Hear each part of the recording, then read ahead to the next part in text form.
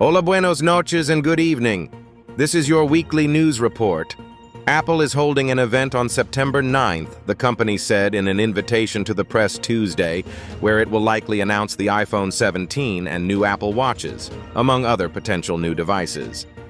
Apple's September event, which will take place at the company's Apple Park campus in Cupertino, California, is largely considered the tech giant's most important moment of the year.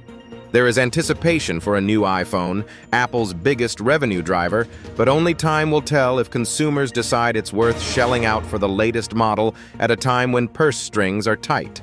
Meanwhile, Wall Street will look to the announcements as a barometer for whether Apple is still an innovator, especially in the age of AI.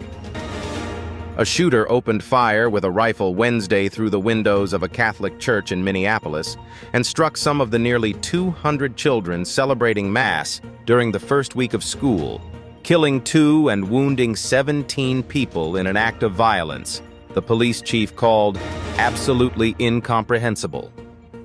Armed with a rifle, shotgun, and pistol, 23-year-old Robin Westman approached the side of the church and shot dozens of rounds through the windows toward the children sitting in the pews during Mass at the Annunciation Catholic School just before 8:30 a.m.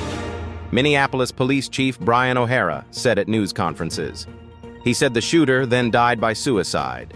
The children who died were 8 and 10. 14 other kids and 3 octogenarian parishioners were wounded but expected to survive, the chief said. Chicago Mayor Brandon Johnson signed an executive order Saturday laying out initial plans for how the city will try to resist President Donald Trump's planned immigration crackdown in the coming days. The mayor's order provides guidance and directives to the city's agencies and law enforcement in the midst of escalating threats from the federal government.